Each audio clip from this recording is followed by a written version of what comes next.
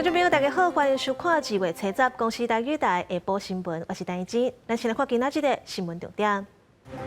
统年期叙利亚大地震，目前超过2万人死亡。咱台湾的搜救队发现第3个受困者，目前正在继续救援，找找生存者。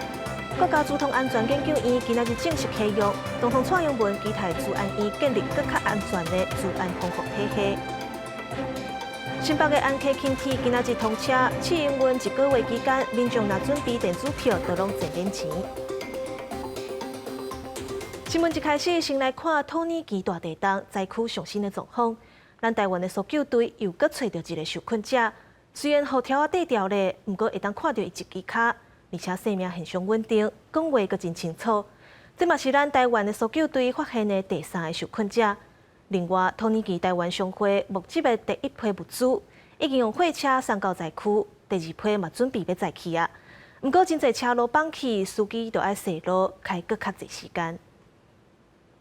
画面上会当清楚看到一支脚。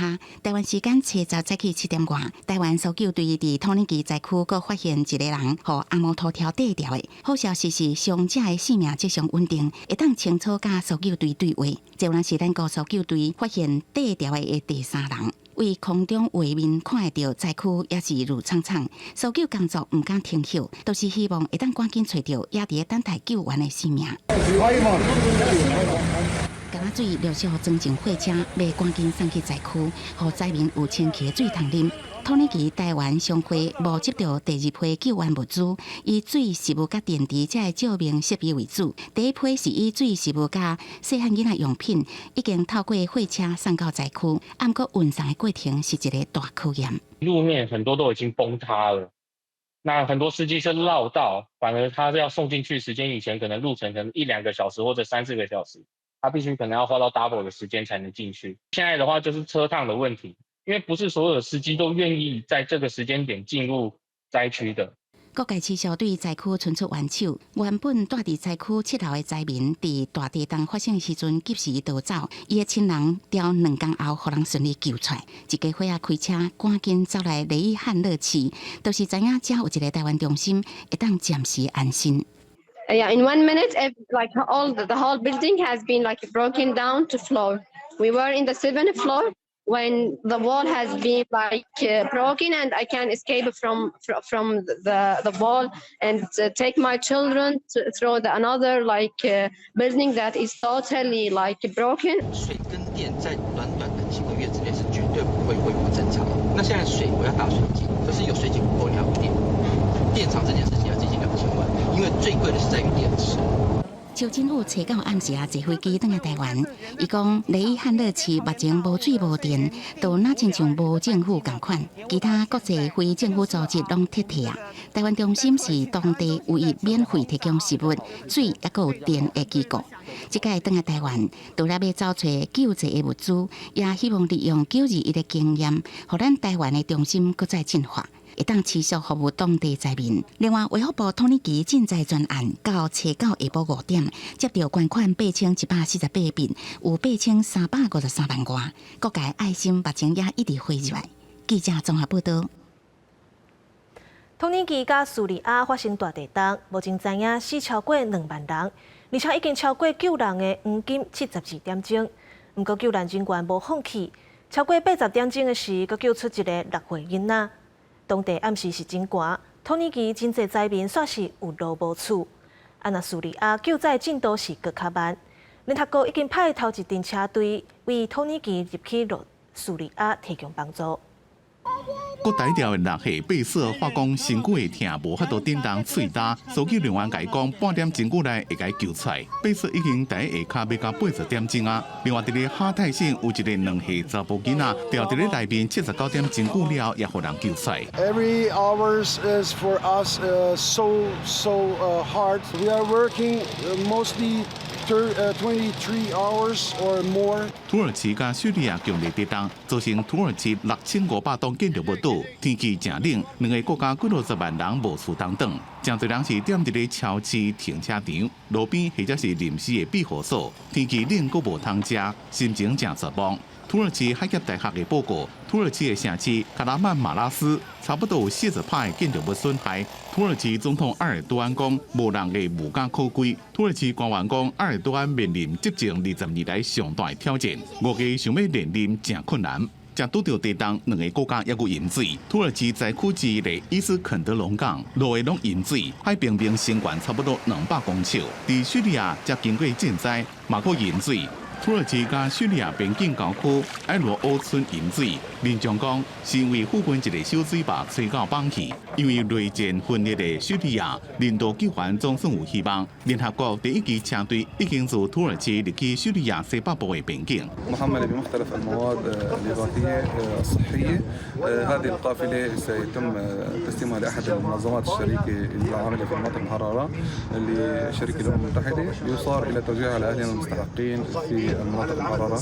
叙利亚驻联合国大使崔贝承认，政府欠缺能力甲设备，也毋过有关怪讲是内战甲西方的制裁造成。土耳其境内敌人的死亡人数已经超过1999年8月17日伊兹密特大地震17000人死亡的记录。这并不是有记录以来上多，史上上多是1939年12月27日爱新疆规模8.2的地震。公司新闻黄文玲编辑。全台湾头一个负责治安的国家交通安全研究院，今仔日办启用仪式。总统蔡英文亲身出席，期待治安院建立更较周全的治安防护体系。另外，最近接传出各组漏摄的事件，行政院副院长陈文灿表示，公司部门的流程拢是事前封好、事后处理的方式。若各组发的罚款，目前敢若2万到20万，未来会推动修法，提悬金额。请揭牌！国家资通安全研究院正式成立。所谓发展部伫咧去年8月成立了，建了5个月嘅关系到治安的防护体系建构的国家交通安全研究院，随即正式显牌。总统蔡英文亲自到场参加。治安就是持续精进的风险管理。面对无所不在的治安挑战，我们要不断的强化因应管理的机制，打造良好的治安防护力，就是提升我们数位的免疫力。总统强调，治安就是国安，要建造国家严格治安防护体系。另外，应用国际复杂度国家间的治安作战，对内是营造安全安稳的社会环境。因为最近台湾发生过几多件个资外漏的事件，民众个资的保护也真要紧。包括这一次 iRent 整个事件2周内要做成处分的决策，个资法10年未修，所以目前的罚则是2万到20万，这个太轻了，我们会推动修法，把这个罚则提高。只要是涉及全国各资相关的公务机关，都必须要加速导入我们零信任跟 T-Roll 的制度。在私部门方面，资安院也都有并肩来联防协助检视改进系统的架构。部长，这治安这个问题会处理吗？对记者的问题，党方正低调无基做回应。未来治安院将会执行2大任务，为促进政府机关导入零信任机制，避免监守自盗。也若私部门是会立个资外漏的协调机制。另外，一块广纳治安人才，发展自主开发的相关系统，建构予国人更加放心的治安环境。记者综合报道。新北的安溪轻铁今仔日举办通车典礼，头一班车伫下晡1点出发，目前申请营运1个月。新北市长侯友宜指示，希望通车了后，予当地居民交通更加利便。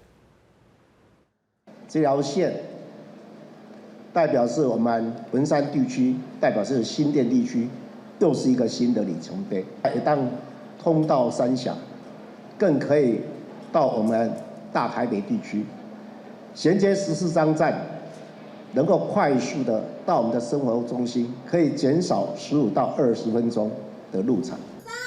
安溪轻铁专线伫新北新店，拢总有7.5公里长，有9站。为14张站到双城站，伫14张站会当转坐捷运。试营运1个月期间，民众只要比电子票就能坐免钱。继续来关心疫情，指挥中心宣布，除了医疗照护机构甲大众运输，2月20开始室内免阁挂喙罨。不过有专家建议，高风险族群喙罨继续挂咧更较安全。若学校补习班3月初6开始才会当免过刮喙罨，而且校方若决定要继续刮嘛会使。都有教师团体烦恼讲规定无讲清楚，恐惊会引起冲突。新冠本土疫情降温，疫情指挥中心宣布20开始，设来喙罨令放令，除了伫个医疗照护机构、公共运输、甲特殊运具这个指定场所也需要挂喙罨，其他设来地点是改做建议挂喙罨，也是由民众家己决定。对这项代志，有专家提醒，台湾抑阁伫个免疫负责进行，除了新冠，抑阁有流行性感冒、肠仔病毒，这个病毒会危人，建议较男性的喙罨唔通着急摕落来。流感病毒啊，然后还有诺如病毒，还有一些其他的疾病，所以这个时候，尤其在冬天，这个时候呢，完全把口罩拿掉呢，其实对其他几种疾病的防治也是不利的。强烈建议你，那你出门的时候，不管室内或户外，你还是要把口罩戴好，因为你可以避免把这个病毒的风险带回到家中。去感染这些易感族群，包含长者或小朋友。若是校园考虑拄开学无偌久，阁煞来有228个年假，一寡师生会出外佚佗，所以延到3月初6，设来喙罨令才放令。毋过教育部是温存各级学校，伫个特殊场所，也是有上课需求的时阵，经由师生沟通，会当家己决定是毋是要挂喙罨。不过，教师团体是烦恼，每一个人对特殊场所看法无同，恐惊会引起师生的冲突。包括课任教室，包括礼堂，包括一些集会的一个场所等等的。那这些哪些是属于特殊场域？那不同的解读，如果没有一个比较明确的一个方向，会有一些争执这样子。另外，外界关心确诊者什么时阵会当免隔离？指挥中心是讲，轻症确诊者取消强制隔离，改做建议性、自主性伫厝的休困，也拢持续伫讨论。目前并无明确的时间表，必须都要观察疫情的状况，也甲国际的情势。记者综合报道。有民众去高雄寿山，发现台湾高山仔手提规罐的树灵糖咧煲，上无8只高山仔拢有食。保育团体表示，高山仔食树灵糖虽然袂随有生命的危险，毋过嘛是会算长健康。那么常常看到高山仔咧食塑胶鹿仔甲干仔，提醒民众莫摕物件甲吃，嘛毋通乌白蛋粪素。不要吃，等下你肚子痛痛。关心的民众一直对着狗咧花，但伊也是持续咧食树灵菇。这礼拜三，一个介意狗的民众前往高雄寿山，发现有较细只的狗摕着树灵菇咧食。民众讲，伊毋知为着摕着规罐的树灵菇，如果现场上少有8只狗食着树灵菇。口香糖如果被猴子吃下去，它当然不会有立即性的，比如说身体不舒服啊，或是生病，其实是比较不会的。但是毕竟人类的食物有非常多的添加物。跟不适合野生动物。保育团体表示，狗食着塑胶袋啊，也是人类的食物是真正看到。食着树灵菇虽然袂影响肠胃，但是人的食物有色素等等的化学成分，长期落来嘛对因的健康有影响。建议爬山民众甲食物收好，避免互狗抢去，嘛毋通主动来吃。好像很难呢，它跟人类已经好像快要共存了。持续喂它东西，它会觉得你可能身上有带东西啊，对啊。所以可能你经过它就会去骚扰你啊。中心等于寿山，狗群大多拢分布伫个民众较侪所在，嘛有狗咧食装有饮料的罐仔，还佫有分壳。相关的单位嘛提醒民众毋通吃，若互发现，恐惊会罚5000到1万块。记者王丽婷、民众权个报道。大考中心今仔日公布今年大学考试的评分原则，语文写作的题目是花草树木的气味记忆。外管的调集人表示，想要摕冠军，就要写甲含题目真密，情景要诱导使人感动。改写来自蒋勋和青年艺术家的批，今年学习国文作文第2题，题目是花甲草树仔的气味甲记忆。外光调集人成大中文系教授指出，高分的关键是气味甲记忆爱结合。若是要摕到 A 加，搁爱写出的经验甲情景是真感人。从小跟他爸爸2个都很喜欢香水，那么他爸爸选的香水跟他选的香水是不同的花跟草的味道，于是他们就去研究那个植物，透过那个植物，他们开启了那个知识的内涵。哎呦，你们觉得也很有意思。陈昌明指出，这个题目甲学生平常时的经验是有关联，罐头的写作无济无一个套路。而根据4月的考卷，大部分考生写的是伫咧外口闻到的花甲草。伫英文作文有4张一模一个表情符号，爱先解说安怎用甲好处，搁去写误解早来困扰甲解放。外公的调职人正大英文系教授表示，大部分的考生拢会使发挥，评分的原则是看重敢会使运用所学的字甲结构。大部分的考生都会提到说，图虽然很好用、很方便，但是文字沟通还是有时候还蛮重要。也毋过，赖慧玲指出，伫咧中文翻译英文，考生拼字有加强的空间，真侪拼字嘛，互发音混淆。亲像好评 PEACE 是拼成 PEASE， 即寡拢是真基本的字，无法度掌握，是真可惜。记者综合报道。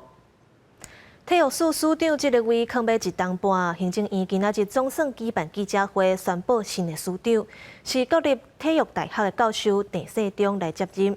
今年47岁的郑世忠嘛，正做历来上少年的体育署长。郑世忠捌做过中华奥会副秘书长，目前是骹球协会秘书长。伫台湾体育界真侪年，国际事务的经验嘛介丰富，而且伊和地方的关系真好，对未来推广体育运动真有帮助。来看美国三大指数拜四拢落座，台股虽然有台积电、鸿海经调咧，不过今仔日航运、钢铁、塑胶类股票拢落，早盘无起势，落尾收跌15586点。有分析师认为讲，最近真侪间企业公布营收表现拢无介好，法说会预测嘛较保守，所以台股的底线指数恐惊嘛是起起落落。美国10年内的曲线出现1980年代以来上严重的倒挂，国家投资人烦恼美国联准会恐惊会继续相关利息。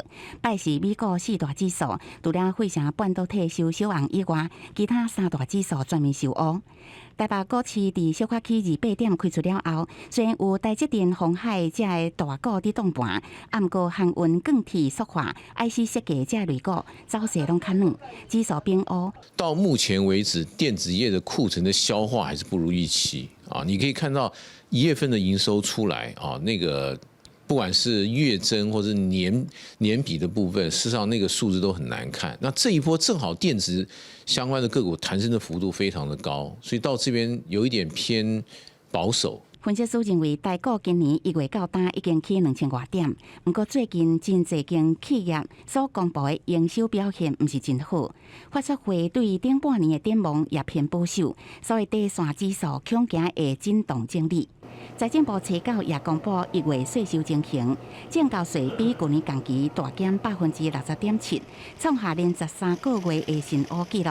实际征收金额敢若68.5亿，是43个月以来的新低，而且年减的幅度达到60.66%，这是金融海啸以来上差。因为其实这个月的这个减幅会这么大，最主要是跟那个工作天数少了5天有关系啊。工作的天数把它剔除掉的话，我们可以看到它的那个成交值是2270亿元。其实这个成交值较去年同月只有减少3成。根据财政部的统计，国内为1990年以来，证交税敢若3届出现连续年减超过12个月的情形，其中时间上长的是1995年1月到1996年4月连16乌，1999年10月至2001年11月份是14乌，1998年4月到1999年4月是连13乌。1月证交税连13乌已经击平1999年的纪录。记者综合报道。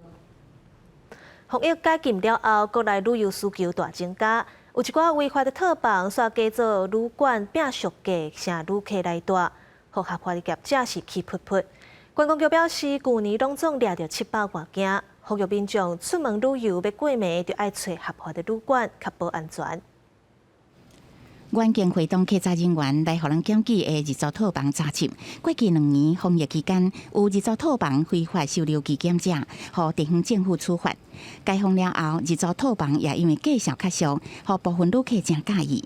合法登记的旅宿业者也真无奈。我们自己曾经亲自去测试过，它竟然大楼里面都还可以日住套房，都还可以去接一些做防疫的人，影响很大，因为双北本来这段时间在国理上面就没有宜花东那么好，然后又加上日租套房增加的间数那么多。根据各地方政府汇报，目前非法日租套房台北市上济有190间。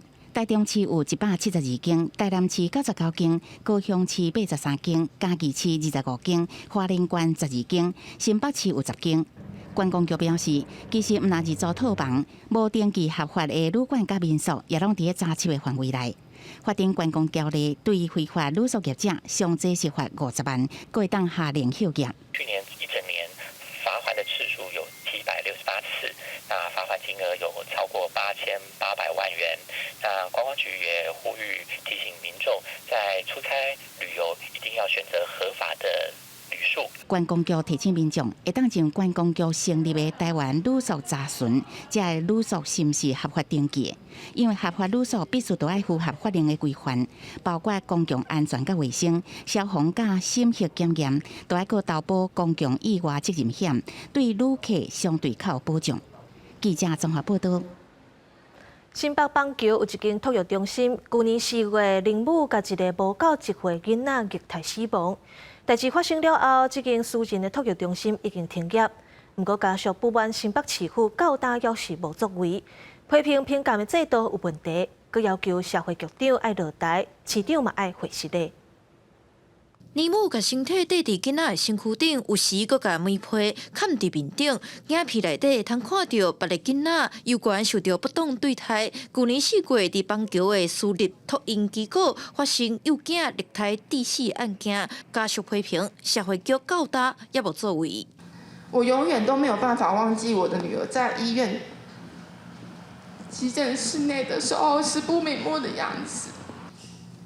我请求司法一定要还我女儿公道，不能轻判害死我女儿的凶手。受害家属提出7项诉求，包括确实备份的证据，安排其他家长转托等等。因讲进前要提监视器的影片，新北市社会局要求应该签切结书。陪同开记者会议员嘛不满表示，出代志的前几天，社会局再来评鉴，家长看到是假结，才放心送囡仔来，结果囡仔煞死去，可见制度出问题。而且评鉴的网页到达已经1档半拢无更改。我们上社会局的网站去看，直到昨天晚上，其实社会局的评鉴的相关这些报告还停留在民国109年，所以你可以看到社会局对于这个评鉴制度的草率跟轻视。由幼保专家学者与实务工作者组成评鉴小组，为109、110年及111年上半年受疫情影响，托婴机构暂缓评鉴，待疫情趋缓后，即刻于111年9月启动评鉴制度。新北市社会局讲，未来的评鉴制度会纳入监视器的画面，嘛继续协助家属拍官司。记者台北立开新北采访报道。继续来关心托尼基甲苏里亚发生大地震。前几天咱有报道一个红婴仔伫土石厝壳内底猝死，风救出来时阵，杜仔大佮和老母连做伙。即阵红婴仔已经号名，互职工收养。即届大地震有真侪幼囡仔风救出来，爸母煞拢过身，诚做孤儿。伫苏里亚即种散车的国家，一寡囡仔若交互亲情斗饲，嘛是真大负担。正出事3天，昨晚还阁住伫咧保温箱内面的阿雅，身体情形是愈来愈进步。阿雅这个名意思是来自真主的神迹。البنت الحمد لله وضعها أفضل، جرينا الصور الشعاعية مشان الكدمات على ظهرها، طلعت الحمد لله ما في أذيات، البنت وضعها كل يوم أفضل من يوم。阿雅虽然自倒来厝内面，互人救出，迄当阵伊的大仔甲妈妈还阁连掉的。厝边一位妇人人替家大仔家长了，赶紧送病去，以后将会由伊的职工来收养。这边土耳其甲叙利亚境内地人有真侪甲阿雅同款的地人孤儿，医生甲专家讲，伫这种情形下，大部分的囡仔是由亲情收养，也毋过这款亲情也有家己的家庭甲生活爱照顾，因为搜救工作还阁伫咧进行，目前也无法度确定地人孤儿到底有偌侪人。伫咧叙利亚西北部一间病院，7个阿布多被带50点钟了，互人救出。住院的期间是一直哭一直闹，查讲妈妈爸爸伫咧倒位。مؤثرة جدا بالقصة كان عائلتها جميع أفراد عائلتها متوفين. 目前，伫个叙利亚由反抗军控制城镇阿扎兹附近，一个由非政府组织成立的临时孤儿院，收养差不多40个囡仔。互人真伤心的是，叙利亚人伫个面对甲处理孤儿的情形是真有经验，因为自2011年开始的内战。 几多10万人死亡，也产生真侪孤儿。东山区伊德利布省的官员讲，目前情形真混乱，抑阁无法度掌握地当的孤儿偌济，情形如何，更加免讲所落来照顾甲安置的问题。公司新闻黄文玲编辑。虽然已经超过黄金72点钟的救援时间，不过救援人员继续咧走找现场，不时嘛传出救到人的好消息。 亲像北马奇顿救援队找到就救出一个查甫囡仔，这个5岁查甫囡仔互缀伫突救队下骹第3天。另外，中国救援队嘛救出一个互缀伫突救队下骹80多点钟的负责人。这个负责人互救出来时阵，阁会当和救援人员对话。真侪国家救援队到今拢无放弃希望。 来看美国众议院找到用419票全数赞成通过谴责中国间谍气球侵犯美国主权的决议案。另外，美国、英国和澳洲举办联合空中军演，要应对中国威胁。The yeas are 419, the nays are 0. 美国联邦众议院以无人反对全票通过谴责中国侦察气球公然侵犯美国主权的决议案，要求北京就事件提供更加侪资料，呼吁行政部门积极吓阻外国敌对势力侵犯美国的领土甲领空。This was a test by the Chinese Communist Party, and it saddens me to say that I think that this administration failed that test. So there's one thing that we all agree upon. That the United States sovereignty was crossed by the PRC. 决议案内面也讲，中国侦察气球伫咧过去也捌侵犯美国领空，不过这边时间更加长。对美国指控侦察气球是横跨五大洲监视机群的一部分，中国外交部回应讲，这是美国发动的舆论战。我想，这可能是美方对中国进行信息舆论战的一部分。 谁是世界上最大的间谍、监听、监测国家？国际社会看得很清楚。在这个敏感的时刻，美国、英国甲澳洲筹备伫咧美国内华达州的沙漠举行大号叫做红旗的联合空中军演。美军正清楚地讲，就是要应对中国的威胁。We're not necessarily reacting to any recent political events.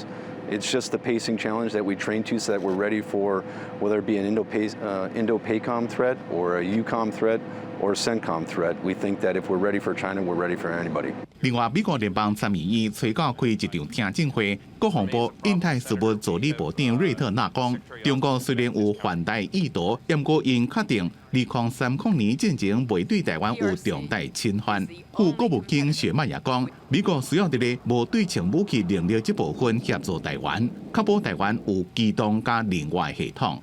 公司新闻林伟玲、吴其昌编辑。BBC 有一出上新的纪录片，讲出印度总理莫迪执政的困境，讲总理侵犯人权。结果，这出纪录片互印度政府禁止放送，各去学校掠有看过学生，引起抗争。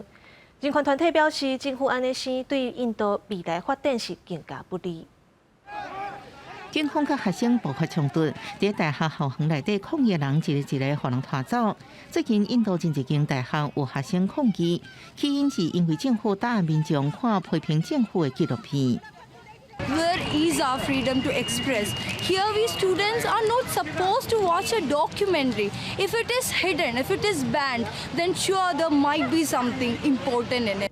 BBC 制作的纪录片《印度莫迪问题》，除了点出总理莫迪的执政问题，也真实呈现印度目前的社会困境。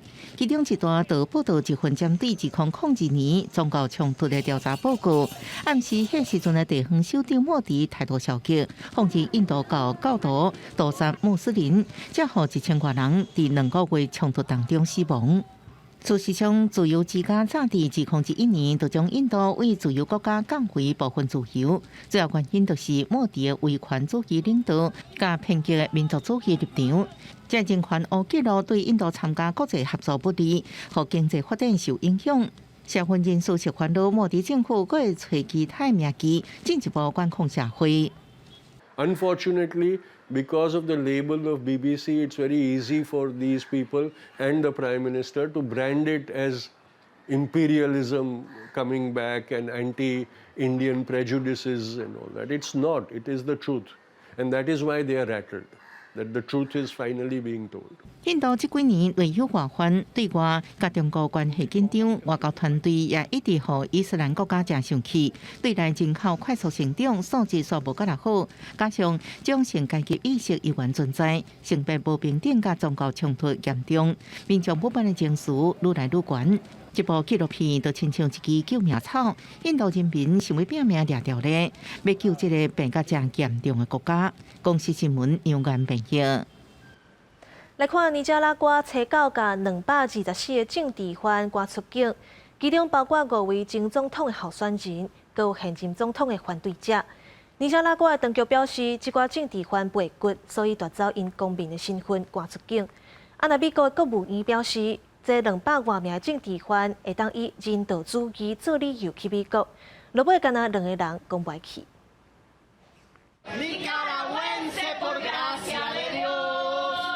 这释放受犯的家属，伫个机场真欢喜唱歌、拉曲咧画自由，因为总算会当含这亲人来见面。尼加拉瓜初9释放224个政治犯，并且讲已经把这叛徒甲赶出境。这项释放的政治犯内底有包含5个前总统的候选人，阁有现任尼加拉瓜总统奥蒂加的反对者，被祝家属来到杜勒斯国际机场来迎接真久无见面的亲人。Súper nerviosa, habían días que perdía la esperanza, pero mi papá siempre nos mantenía con la cabeza en alto, siempre toda la familia con la cabeza en alto, y ella misma también, ella nunca perdió la esperanza. 不过，尼加拉瓜的政府表示讲，会来剥削这个防放期的受犯的公民身份，来阻止这政治犯因转去了后会组织叛乱。反对党的领袖查莫罗伊是控诉讲，伫个移防拘押的期间，拢无限律师来质接，就去互判刑13年，去互剥削宪法所赋的权利。Eso lo conocimos de sorpresa en el vuelo de que habíamos dejado de ser nicaragüenses. Obviamente que un trámite de esa naturaleza no nos quita la nicaragüanidad que tenemos, sino que nos sentimos mucho más orgullosos y más comprometidos con Nicaragua. 美国国务院对英国释放政治犯表示欢迎。这个方释放的政治犯，稳准以紧急人道主义的理由会当入去美国。上几尾敢若有2个人选择讲不爱去美国，阁有无徛名的美国官员对路透社来表示讲，奥地加望会当透过安尼做来改善甲华盛顿长期的对立关系。不过，奥地加煞尾就随好人讲，释放政治犯是和美国政府谈判的一部分。But I will say that our sanctions and other restrictions remain in place, even as we hope that this is a step that the United States and Nicaragua can build on going forward. No estamos pidiendo que nos levanten las sanciones. No estamos pidiendo nada a cambio. 事实上，美国过去长期来干涉尼加拉瓜的内政，甚至还有其他恐怖组织康特拉，伊想讲要来推翻英国的政府，期间还有发动1300多遍的攻击。虽然讲国际法庭裁定讲美国违反国际法应该就要赔偿，不过美国已经动用联合国安理会的反决权，到今拢还未对尼加拉瓜来做任何的赔偿。公司新闻郑依仁编译。镜头转来到国内，南投立委补选剩无1个月，民进党候选人蔡培辉早起去南投中兴新村拜票，答应要引进科技园区加中兴大学的资源，带动中兴新村活化。那国民党候选人林明珍讲要争取起列车，解决南投六国塞车的问题。Hello， 老板你好，我是培慧。民进党南投立委补选候选人蔡培慧，昨号一早起就来到南投中兴新村的市场，唔那甲摊商博感情，嘛甲选民一一拜托。这回伫南投中兴新村的拜票，草培会讲当选了后，要用实际行动来活络当地。工研院也有好几组团队在这里研究，应该要制定一个适合这里，这是我们的宿舍再活化的政策，而这个再活化的政策也可以跟社会住宅来连结，让想住在这里的人有适当的租金，然后来维持这里的经济发展。草培会表示，南投中央新创有完善的空间规划，未来搭配科技园区引进人才。就会使有效进行活络。第22号，嘛就会甲民进党主席赖清德前往南投德山，希望得到更加侪选民的支持。而国民党候选人林明智是提出解决鹿谷乡塞车的问题，要来增加停车的空间之外，嘛就会来争取预算来兴建单轨电车。单轨的一个列车开到西头。如果要住宿的话，你再开上去；不住宿的话，你就把车子停在这边，搭这个观光列车到西头去游玩。林明进表示，除了增加替代道路，嘛希望以分流的方式，将游客引入溪头，希望解决塞车的困境。今日投票无到1个月，双方的攻防是愈来愈激烈，嘛拢提出政见，全力来争取选民的目光。记者南投采访报道。来看桃园的中立新民市场2楼有一个文创市集，去年6月才开幕，煞无带动人客来，卖讲是人啊。进驻的店家讲，根本是一只网都无。市府表示，旧市场要活化是真无简单，未来会招学校甲一寡团体来办活动，带动人潮。空悠悠拢无人，桃园中立新民小卖市场2楼结合原本的算命服装集会啊，阁有来结合加比烘焙手做文创这的店入来。去年6月正请赢，甲转型做文创市集。不过，即马所有摊商咧控诉讲，差不多无人客要上门。这边生意就是几乎可能1个礼拜没有1杯咖啡。对，就是这么糟。台北可能1个月付掉租金、人事开销，我还可以赚10万。等下一上来一看，哦，店都没开，那可能他们就会觉得没什么好逛，要带动人潮。那带动人潮的话，可能就是那个楼下那边哦，就是可能动线的规划。对，要不然太乱。甲看到囤本趁无食，摊商认为讲老市场要甲活化爱有作为。批评主管机关经发局是讲甲规本机做无一汤匙，会甲议员定情。这个就是一座文创市集，蚊子的蚊。经发局不是只有把所有的摊商招进来之后放着就不管了。定位问题、包装问题、宣传问题。5月到10月的部分，我们也会有一个常设的市集的展览，以及相关的市集活动持续的来办理。那希望可以就是持续的活络这个空间。针对这个放风风无要无紧的指控，经发局驳回讲，伊是有煞咧伫改善这个软硬体的设施，嘛承认讲老旧市场若是要活化有困难度。讲到目前2楼拢总有32个单位，4大是空位。估计今年3月阁招募，并且会超7各学校，也是有这个团体来这办理测点体验活动，通来增加使用率，来带动人潮。记者综合报道。云林沿海地区真侪所在咧饲蚵仔，不过农民为着要方便，甲正康绑好线蚵仔壳蹲伫报换路边。最近有民众反映讲，暗时塞车看无清楚，差一点都弄着啊。云林环保局表示，会先请农民甲蚵仔壳刷走，避免影响交通，或者是污染环境，互开发。大细丰顺道路，肯伫一堆搁一堆的蚵仔壳，拢是科农清理后，经过拍空用扫把拔成一排一排，准备送到前海河边来放养。但近期有民众反映，暗时丰顺道路的光源不足，恐惊因厝状发生意外。就是怕会让人家发生车祸啊、事故啊，这些都一定会的啦。伊迄足边仔的嘛，食落暗时嘛，足少人咧行的啦，足少的啦，看人因收一目足好势啊，也无乱花啊。当地民众表示，为了方便放养，有的养殖户已经习惯就近垦的丰顺道路，搁加上徛嘅空间真有限，希望用路龄会当体谅。对此，县府环保局就讲，会先进行看到养殖户刷到园内设置的占地场。可以把牡蛎壳、文蛤壳移植到我们在台西跟口湖设置的这2座暂置场，避免影响到道路的一个交通安全。那另外在马路旁边堆置这些废弃的文蛤壳、牡蛎壳，同时也已经违反了《废弃物清理法》第27条的相关规定。环保局就讲，在路边堆置蚵仔壳，唔但可能危及行车安全，嘛真容易造成环境污染。有关府为2020年在大西丰信道路边有设置蛤蟆壳的占地场，嘛希望科农会当将壳牌运至占地场来架垦，以免造成交通意外。记者为你报道。台湾进前向外国媒体合作过路人的地价。今仔日台北市下东派议员就针对这个议题召开记者会，要求交通局检讨人行道设计无好，或者是违规停车等等的问题。希望对为学校、病院周边开始改善，再来推动到其他所在。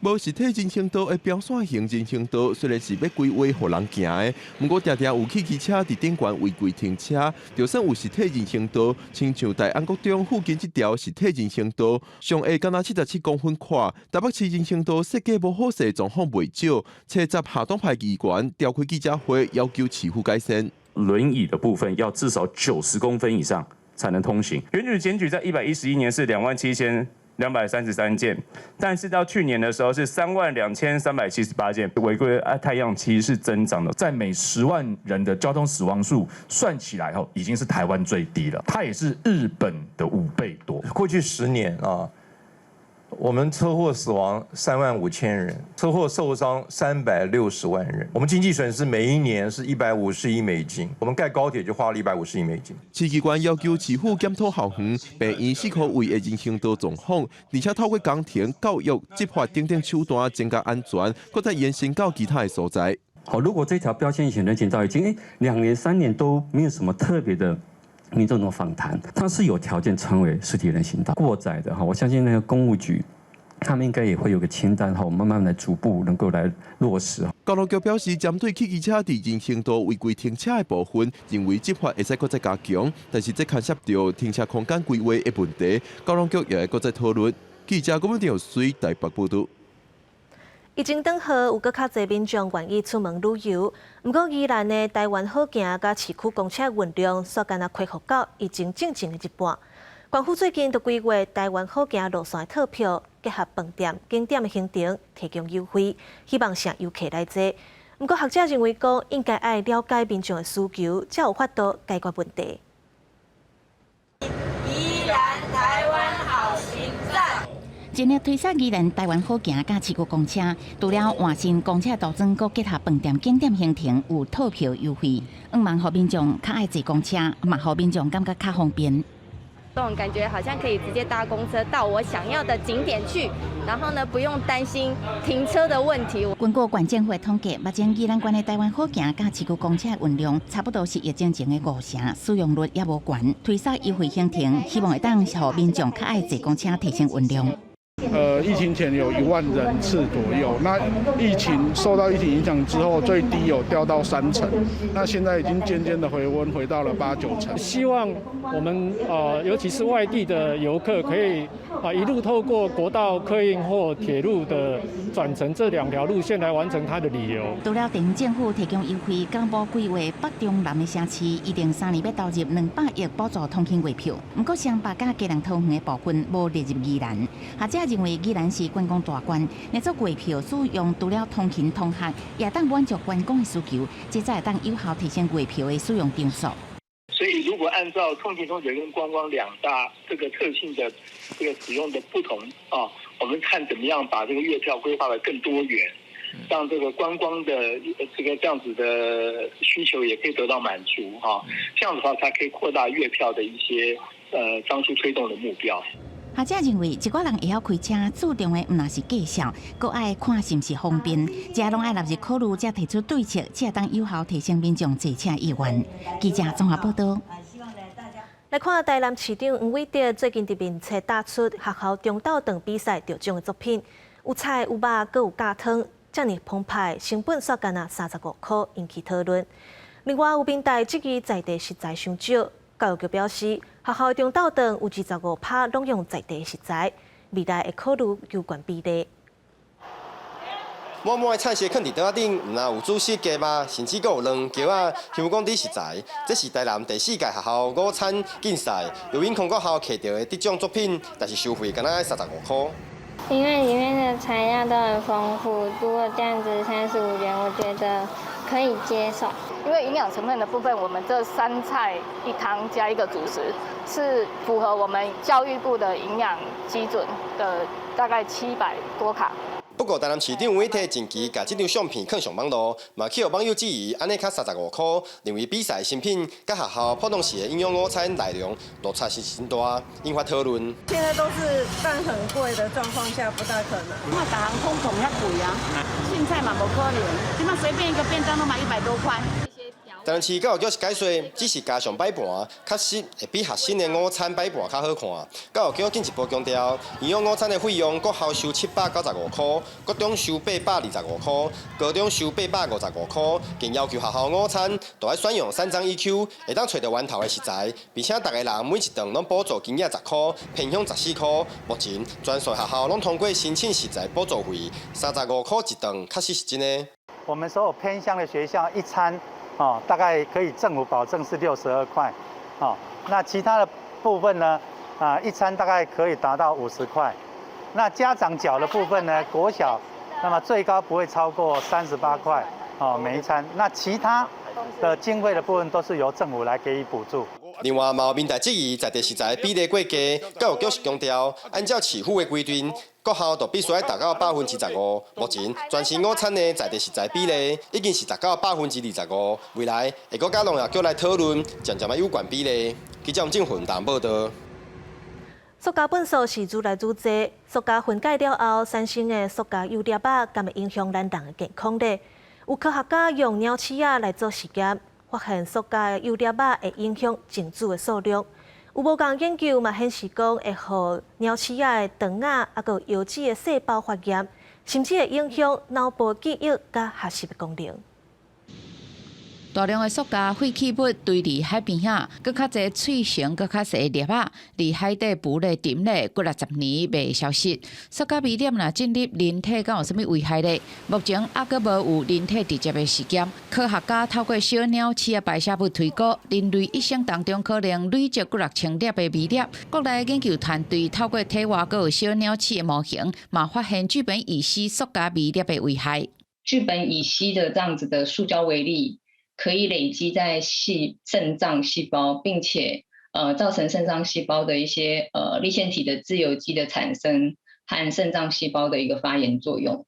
聚苯乙烯嘛，就是 PS 普雷隆，有原使用伫部分泡面的碗、鸡卵糕的壳仔、鱼骨嘛，常常看到。学者认为，片面使用会当互环境更较永续，降低健康风险。其他国外研究嘛显示，饲小鸟鼠食塑胶微粒会引发肠仔发炎，影响脑部记忆、学习功能，佮影响小鸟鼠精子的数量，造成肝脏发炎。另外，值得关心的是出现伫喙暗顶头的塑胶微粒。口罩上的一个塑胶微粒它可能会增加新冠病毒的潜伏期，可是它这个潜在的作用目前其实还研究上面其实还没有完全去证实，它只是看到口罩上面是有这样子的一个这个病毒。台湾科技媒体中心邀请学者分享指出，因为新冠疫情，全球每个月大约使用1940亿个一届性喙暗甲手套，喙暗鼓气会放出60亿粒的塑胶微粒，保护民众健康的喙暗所产生的塑胶微粒，敢会变得变成病毒的载体呢？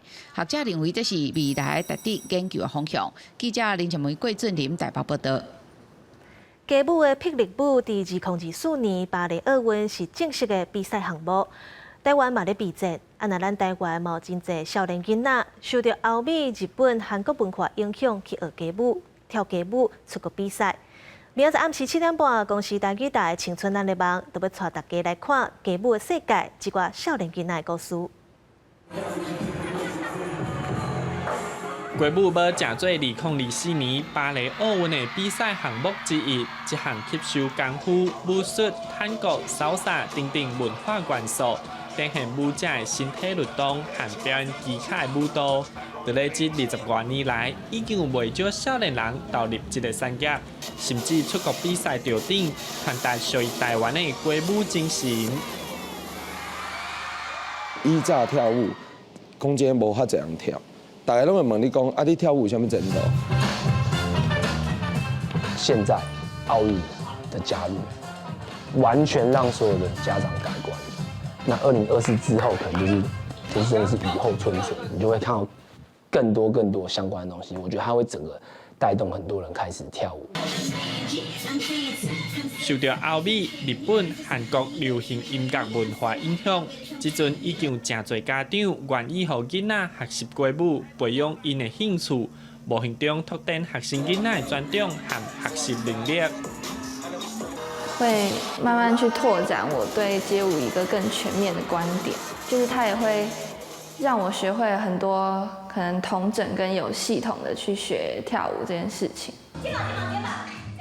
你去欧美国家看，或是日本近的国家看，小朋友都超级强。这些经验就会告诉我们说，任何艺术、任何教育、任何文化，都是越小栽培越好。跳舞要成做一个产业，要行的路要搁真长。不过社会风气在改变，参与的人愈来愈多，外国流行文化定群在地，生出无同款的花，世代传承，开枝散叶。记者陈宣林、林建如台北报道。天气报你知，受到东北季风影响，今仔日各地头温度大概是14度到29度，早暗温差会较大。明仔载东北季风会减弱，就要把握拜六礼拜好天气。因为后礼拜一开始，大陆冷气团落南，各地头的气温会降到11度到12度。下晡的天气变化，咱来看各县市详细资料。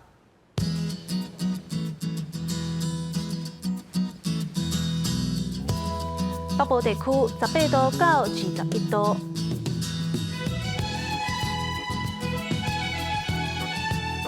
中部地区18度到27度，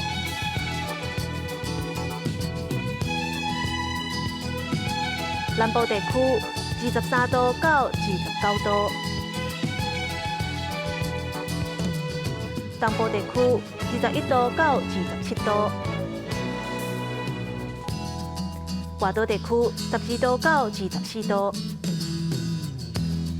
各有未来3天的天气。